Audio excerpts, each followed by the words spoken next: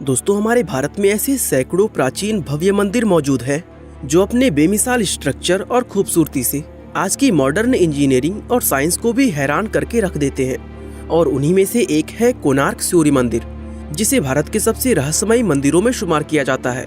दरअसल इस मंदिर से जुड़े ऐसे कई रहस्य हैं जिनके जवाबों की खोज अभी भी की जा रही है। बताया जाता है कि किसी समय इस मंदिर के शीर्ष पर एक स्पेशल किस्म की विशालाकार चुंबक लगी होती थी, जिससे मंदिर में मौजूद सूर्यदेव की मूर्ति हर समय हवा में लटकी रहती थी। ऐसे में सवाल उठता है कि आज से सैकड़ों साल पहले इस मंदिर को आखिर किस तरह से बनाया गया होगा, और क्या वजह है कि इस मंदिर का मेन गेट पिछले 118 सालों से बंद पड़ा हुआ है। इस मंदिर के बारे में इसी तरह की और भी बहुत सी रहस्यमयी बातें हम आज की हमारी इस वीडियो में बताने वाले हैं। तो चलिए अब इस वीडियो को शुरू करते हैं। दोस्तों, कोणार्क मंदिर भारत के उड़ीसा राज्य में पुरी शहर से 35 किलोमीटर की दूरी पर कोणार्क नाम के एक टाउन के अंदर स्थित है। बताया जाता है कि इस मंदिर को पूर्वी गंगवंश के राजा नरसिंह देव प्रथम के द्वारा सन 1250 ईस्वी के आसपास बनवाया गया था। राजा नरसिंह देव ने ये मंदिर भगवान सूर्यदेव को समर्पित करके बनवाया था, जिसमें सूर्य देवता की एक विशाल और भव्य मूर्ति स्थापित की गई थी। यहाँ तक कि इस मंदिर की संरचना भी सूर्यदेव के रथ की तरह की गई है। दरअसल हिंदू धर्म में सूर्यदेव को पूरे ब्रह्मांड के जीवन का स्रोत कहा जाता है और माना जाता है कि सूर्यदेव आकाश में एक रथ पर सवार होकर यात्रा करते हैं, जिसको 7 बेहद ताकतवर घोड़े खींचते हैं। इसी काल्पनिक रथ से इंस्पायर होकर इस मंदिर का डिजाइन तैयार किया गया है, जिसके चलते ये सूर्यदेव के रथ के जैसा ही नजर आता है। इस मंदिर के दोनों तरफ पत्थरों के 12 जोड़ी पहिए लगाए गए हैं। साथ ही 7 घोड़े इस मंदिर के आगे की तरफ इस तरह से बनाए गए हैं कि उन्हें देखकर लगता है मानो वो मंदिर को खींचकर आगे ले जा रहे हों। मंदिर के दोनों तरफ बने ये पहिए सुंदर होने के साथ ही प्राचीन भारतीय इंजीनियरिंग का एक बेहतरीन नमूना भी है। दरअसल ये 12 पहिए साल के 12 महीनों को दर्शाते हैं और इन पहियों की मदद से समय का सही अंदाजा लगाया जा सकता है। असल में ये पहिए एक ऐसे सनडायल का काम करते हैं जो सिर्फ घंटे ही नहीं बल्कि मिनट और सेकंड्स तक का समय बताते हैं। अब जाहिर सी बात है, उस समय घड़ियां तो थी नहीं, इसलिए लोग इन पहियों को देखकर ही समय का पता लगाते थे। इसके अलावा इस मंदिर का रुख भी इस तरह से है कि सुबह की पहली किरण सीधा मंदिर के प्रवेश द्वार पर पड़ती है, जो दिखने में वाकई एक अद्भुत दृश्य नजर आता है। इस मंदिर की दीवारों पर नक्काशी और मूर्तिकला का भी बेहतरीन काम देखने को मिलता है और यहाँ बनाए गए हर एक स्कल्पचर का अपना एक अलग मीनिंग है। जैसे इस स्कल्पचर को ही देख लीजिए, जिसमें ऊपर की तरफ शेर, उसके नीचे हाथी और उनके नीचे इंसान दबा हुआ नजर आ रहा है। एक्सपर्ट्स बताते हैं कि इस स्कल्पचर में शेर इंसान के अहंकार को दर्शाता है और हाथी इंसान के इमोशन को।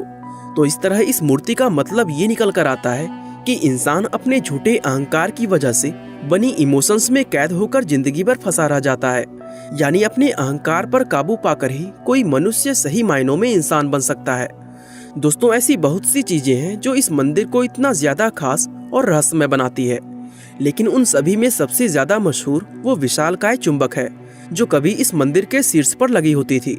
हालांकि ये बात ऐतिहासिक रूप से आज तक साबित नहीं हो पाई है, लेकिन फिर भी बहुत से एक्सपर्ट्स ये मानते हैं कि इस मंदिर के अंदर लोडस्टोन नाम का एक 52 टन वजनी पत्थर लगाया गया था, जो कि एक प्राकृतिक चुंबक के रूप में जाना जाता था। इस विशाल चुंबक की वजह से ही मंदिर के अंदर स्थापित की गई भगवान सूर्यदेव की मूर्ति हमेशा हवा में लटकी रहती थी, और मूर्ति का इस तरह हवा में लटके रहना अपने आप में किसी अजूबे से कम नहीं था। अब इस चुंबक के साथ क्या हुआ और आज के समय में ये कहां पर है, इन सवालों को लेकर अलग अलग लोग अलग अलग कहानियां बताते हैं, जिसमें सबसे फेमस थ्योरी ये है कि शुरुआत में ये मंदिर समुद्र के किनारे पर हुआ करता था, लेकिन समय के साथ धीरे धीरे समुद्र का पानी कम होता गया और ये मंदिर किनारे से कई किलोमीटर दूर हो गया। कहते हैं कि इस मंदिर में लगाया गया वो चुंबकीय लोडस्टोन इतना स्ट्रॉन्ग था कि उसकी वजह से समुद्र में गुजरने वाले पानी के जहाजों का कंपास तक काम करना बंद कर देता था और वो जहाज यहाँ से गुजरते हुए अपनी दिशा भटक जाते थे। कहा जाता है कि पुर्तगाली नाविक अपने जहाजों को बचाने के लिए इस मैग्नेट और भगवान सूर्यदेव की प्रतिमा को मंदिर से निकालकर अपने साथ ले गए थे और इस मंदिर से मैग्नेट का निकलना ही इसके गिरने की असल वजह बना था। दरअसल कुछ एक्सपर्ट्स का ये मानना है कि इस मंदिर के स्ट्रक्चर को मजबूती देने और इसे खड़ा रखने में उस मैग्नेट का बहुत बड़ा रोल था, क्योंकि इस मंदिर को बनाने में जो पत्थर इस्तेमाल किए गए थे, उन पत्थरों के ब्लॉक्स के बीच में लोहे की प्लेट्स लगाई गई थी, ताकि मैग्नेट की पावर से सभी पत्थर अपनी जगह जमी रहे। ऐसे में जब इस मंदिर के ऊपरी हिस्से से उस मैग्नेट को निकाल दिया गया तो मंदिर का पूरा स्ट्रक्चर बेहद कमजोर हो गया, जो समय के साथ साथ धीरे धीरे नष्ट होता चला गया। इसके अलावा कुछ लोग ये भी दावा करते हैं कि इस मंदिर को पुर्तगाली नाविकों ने नहीं बल्कि भारत में घुसे विदेशी आक्रमणकारियों ने नष्ट किया था। और साथ ही इस मंदिर में स्थापित की गई मूर्तियों में से एक मूर्ति उड़ीसा के पुरी टेम्पल में आज भी स्थित है और एक मूर्ति दिल्ली के नेशनल म्यूजियम में रखी हुई है। हालांकि इनमें से कोई भी बात ऐतिहासिक रूप से साबित नहीं है। दोस्तों, इस बात में कोई शक नहीं कि कोणार्क मंदिर बेहद अद्भुत और सुंदर नजर आता है, लेकिन मंदिर का जो हिस्सा हम लोग आज देखते हैं वो असल में पूरा मंदिर नहीं है। दरअसल इस मंदिर में कुल 3 मंडप हुआ करते थे, जिसमें 2 मंडप कई सदियों पहले पूरी तरह नष्ट हो चुके थे और आज इसका सिर्फ एक मंडप ही बाकी रह गया है। अब इस मंदिर के बाकी हिस्सों के नष्ट होने के पीछे भी लोग अलग अलग कारण बताते हैं। कुछ लोग कहते हैं कि मंदिर के वो हिस्से आक्रमणकारियों के द्वारा किए गए हमलों की वजह से नष्ट हुए थे, तो कुछ एक्सपर्ट का मानना ये है कि ये मंदिर कभी बन ही नहीं पाया था और मंदिर के जो हिस्से अधूरे रह गए वो समय के साथ धीरे धीरे खुद ही नष्ट हो गए।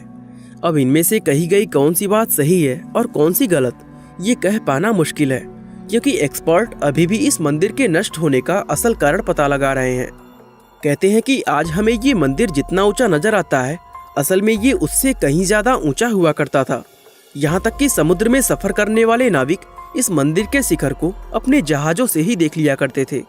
इसके अलावा एक थ्योरी ये भी है कि प्राचीन समय में कोणार्क एक मशहूर व समृद्ध शहर हुआ करता था, लेकिन 16वीं शताब्दी के दौरान जब इस मंदिर से सूर्यदेव की मूर्ति हटा दी गई तब इस मंदिर में पूजा होना पूरी तरह बंद हो गया, जिसके चलते तीर्थ यात्रियों ने भी इस मंदिर में आना बंद कर दिया और देखते ही देखते ये नगर पूरी तरह वीरान होकर जंगल के रूप में बदल गया। फिर कई सदियों बाद जब इस मंदिर को खोजा गया तब इसकी हालत बहुत ज्यादा खराब हो चुकी थी और इसके कई हिस्से पूरी तरह ढहकर नष्ट हो चुके थे। आज के समय की बात करें तो इस मंदिर का सिर्फ एक ही मंडप बाकी रह गया है, जिसको इस मंदिर का प्रधान मंडप माना जाता है। लेकिन हैरानी की बात यह है कि इस मंडप के अंदर जाने के सभी रास्ते आज से 118 साल पहले पूरी तरह सील कर दिए गए थे, जो आज भी उसी तरह बंद पड़े हुए हैं। अब ऐसे में सवाल ये उठता है कि आखिर इतना समय बीत जाने के बाद इस मंदिर का दरवाजा आज तक खोला क्यों नहीं गया। दोस्तों, ये चीज इस मंदिर को और भी ज्यादा रहस्यमय बनाती है और इस दरवाजे के बंद होने को लेकर लोग तरह तरह की अंधविश्वासी बातें भी करते हैं। हालांकि इसको बंद करने के पीछे ये तर्क दिया जाता है कि 19वीं शताब्दी का अंत होते होते इस मंदिर का आखिरी मंडप भी कमजोर होकर गिरने के कगार पर पहुंच गया था और इसको गिरने से बचाने के लिए साल 1903 में उस समय के गवर्नर जॉन वुडबर्न ने इस मंदिर के अंदर रेत भरवाकर इसके सभी दरवाजों को सील करवा दिया था। इसके बाद ना जाने कितनी बार इस मंदिर के मुख्य दरवाजे को खोलने की बात की गई, लेकिन हर बार अलग अलग वजहों से इस दरवाजे के खोलने को टाला जाता रहा। यहाँ तक कि इसी तरह आज 118 साल बीत चुके हैं, लेकिन अभी भी ये दरवाजा उसी तरह बंद पड़ा हुआ है।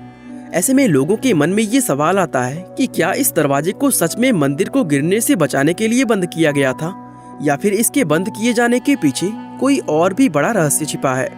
खैर, इन सवालों का जवाब हम लोगों को तभी मिलेगा जब इस दरवाजे को खोला जाएगा। बाकी दोस्तों, आज के लिए बस इतना ही। वीडियो अच्छा लगा तो लाइक, शेयर और चैनल को सब्सक्राइब करना बिल्कुल ना भूलें। आप अपने मनपसंद टॉपिक का सजेशन हमें कमेंट बॉक्स में दे सकते हैं, हम जरूर उन पर वीडियो बनाने की कोशिश करेंगे। आपका बहुमूल्य समय देने के लिए बहुत बहुत धन्यवाद।